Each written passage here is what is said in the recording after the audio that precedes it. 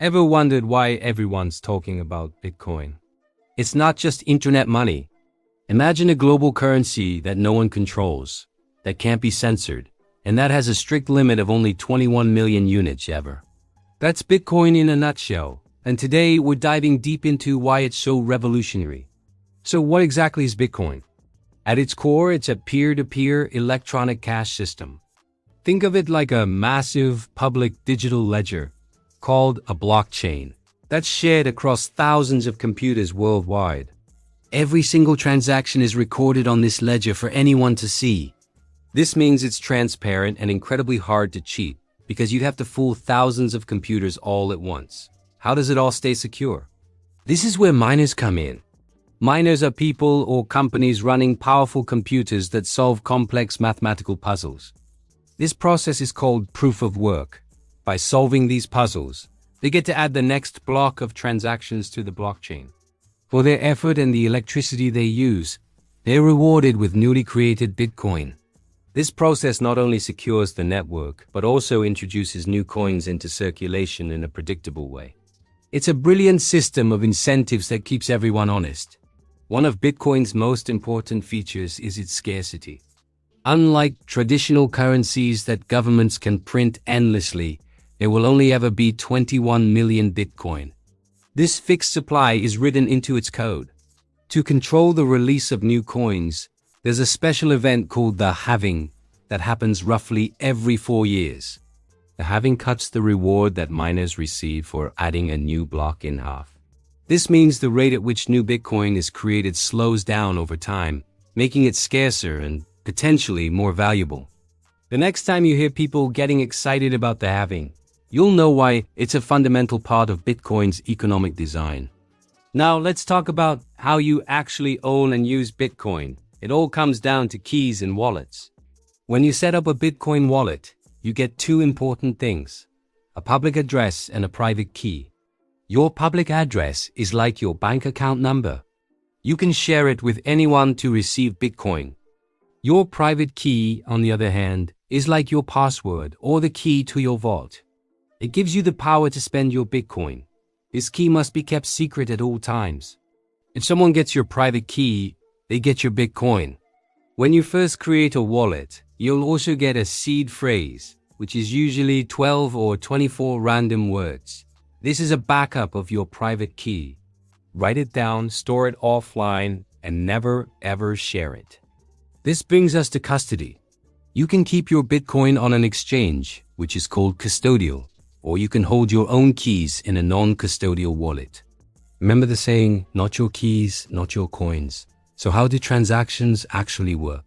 It's a bit different from a bank account. Bitcoin uses a system called unspent transaction outputs, or UTXOs. Think of it like cash in your wallet. If you have a $20 bill and you buy something for $5, you give the cashier the 20 and you get $15 back in change. Bitcoin works similarly. When you send Bitcoin, you essentially spending one or more of these UTXOs and receiving any change back to your own address in the form of a new UTXO. You don't have a balance in the traditional sense. You just have a collection of these unspent outputs that your wallet adds up for you. You might have heard that Bitcoin can be slow and expensive. This is a valid concern related to its scalability. The main blockchain can only process a limited number of transactions per block, which keeps it secure and decentralized, but can lead to high fees during busy times. This is where second-layer solutions come in, most famously the Lightning Network. The Lightning Network operates on top of Bitcoin, allowing for instant, nearly free transactions. You can open a channel with someone, transact back and forth as much as you want, and only settle the final balance on the main blockchain later. It's a game changer for using Bitcoin for everyday payments, like buying a coffee. Of course, with great power comes great responsibility. Let's be real about the security and risks. The biggest risk for most people is losing their private keys. If you lose them, your Bitcoin is gone forever. There's no customer support to call. Another risk is keeping your coins on an exchange. Exchanges can get hacked, and people have lost millions this way. So what about the network itself? You might hear about a 51% attack, where a single entity could theoretically control more than half of the network's mining power and disrupt the chain. While technically possible, it's incredibly expensive and difficult to pull off on a network as large as Bitcoin's. The best practice for security: use a hardware wallet to store your private keys offline, and always double-check addresses before sending. Beyond just being digital money, what are the actual use cases for Bitcoin?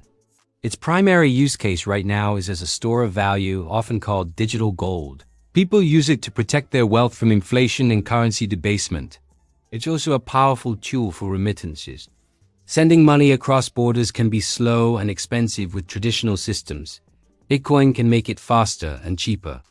And because it's censorship resistant, it's a lifeline for people living under oppressive regimes or those who have been deplatformed by traditional financial services. While its use as a day-to-day medium of exchange is still growing, these other use cases are already making a huge impact globally. Let's clear up a few common misconceptions. First, Bitcoin is not anonymous. It's pseudonymous. Every transaction is public on the blockchain. While your real-world identity isn't directly linked to your address, it can be traced through analysis. Second, Bitcoin is not a get-rich-quick scheme. Its price is famously volatile, meaning it can have huge swings up and down. Never invest more than you're willing to lose. Finally, this volatility is a normal feature of a new asset class finding its place in the world. It's the price you pay for the potential of incredible long-term growth. So, you're interested and want to get started? Here's a simple, safe way to begin. First, choose a reputable non-custodial wallet. This could be a mobile wallet or, even better, a hardware wallet.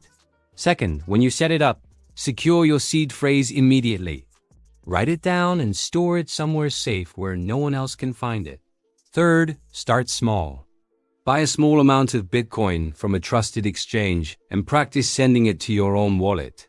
The goal is to learn how it works without risking a lot of money. Get comfortable with the process before you consider investing more. To wrap things up, the key to understanding Bitcoin is to adopt a long-term perspective. It's not about short-term price movements. It's about a fundamental shift in how we think about money and value. Always do your own research. Don't just trust what you hear online. Prioritize security over convenience, which means taking control of your own keys. This journey is about empowering yourself with financial sovereignty. Thanks for watching. If you found this guide helpful, hit that like button and subscribe for more deep dives into the world of crypto. Let me know your biggest Bitcoin question in the comments below. Stay curious and stay safe.